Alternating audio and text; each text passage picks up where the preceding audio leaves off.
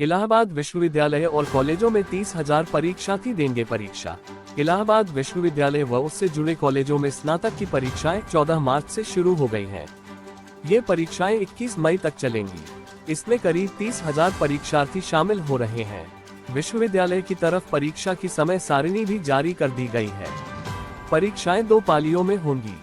पहली पाली की परीक्षा सुबह 7 बजे से 10 बजे तक और दूसरी पाली की परीक्षा दोपहर 2:30 बजे से शाम 5:30 बजे तक होंगी।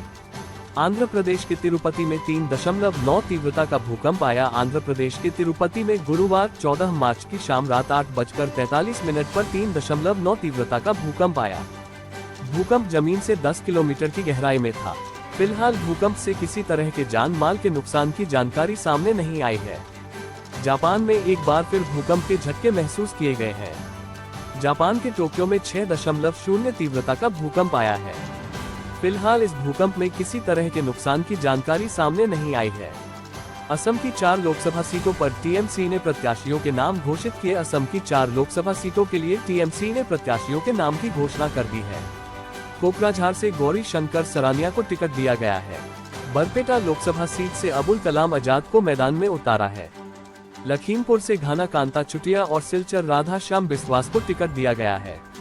पश्चिम बंगाल की 16 लोकसभा सीटों पर सीपीआई-एम ने प्रत्याशी घोषित किए। INDIA ब्लॉक की सदस्य सीपीआई-एम ने गुरुवार 14 मार्च को पश्चिम बंगाल की 16 लोकसभा सीटों के लिए अपने उम्मीदवारों की घोषणा कर दी। वाम मोर्चे के अध्यक्ष बिमान बोस ने कहा कि 16 में से 14 उम्मीदवार नए और युवा हैं।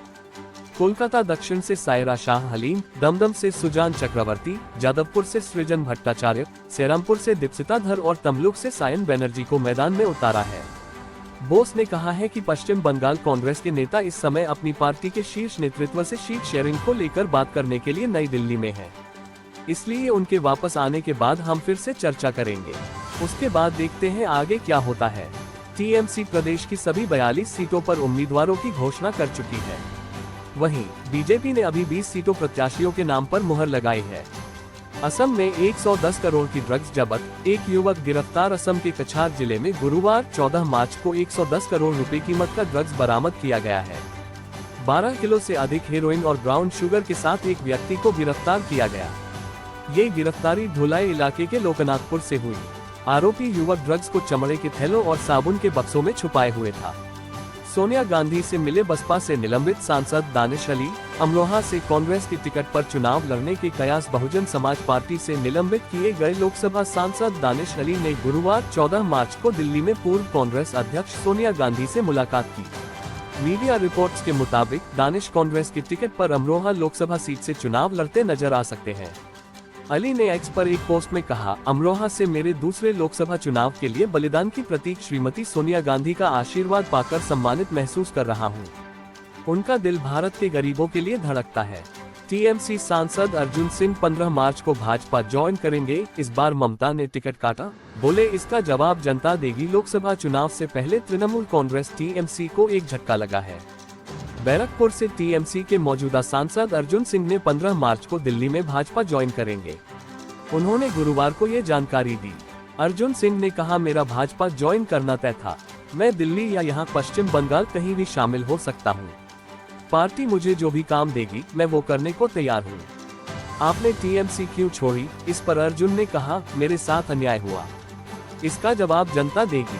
10 मार्च को ममता बनर्जी ने पश्चिम बंगाल की सभी 42 लोकसभा सीटों पर उम्मीदवारों की घोषणा की थी। इसमें बैरकपुर से इस बार पार्थ भौमिक को टिकट दिया गया। अर्जुन सिंह का टिकट काट दिया गया है। अर्जुन सिंह ने 2019 में भाजपा ज्वाइन की थी। उस समय उन्होंने बैरकपुर में टीएमसी कैंडिडेट को हराया था। 2022 में अर्जुन ने टीएमसी ज्वाइन कर ली। 7 लाख रुपए कीमत के सांभर हिरण के सींग के साथ 2 गिरफ्तार। महाराष्ट्र के पालघर जिले में 2 लोगों को सांभर और हिरण के सींग के साथ गिरफ्तार किया है। बरामद सामान 60 लाख रुपए कीमत का बताया गया है।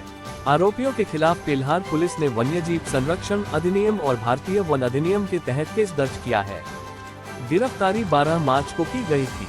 पुलिस ने गुरुवार 14 मार्च को घटना की जानकारी सार्वजनिक की है। सूचना और प्रसारण मंत्रालय ने अश्लील कंटेंट दिखाने वाले 18 OTT प्लेटफॉर्म पर बैन लगाया। मेट्रो में निकली बम्पर भर्ती, 1.5 लाख तक मिलेगी सैलरी, जाने कौन कर सकता है apply. Uttar Pradesh metro rail corporation limited ने कानपुर, आगरा और लखनऊ मेट्रो के लिए टेक्निकल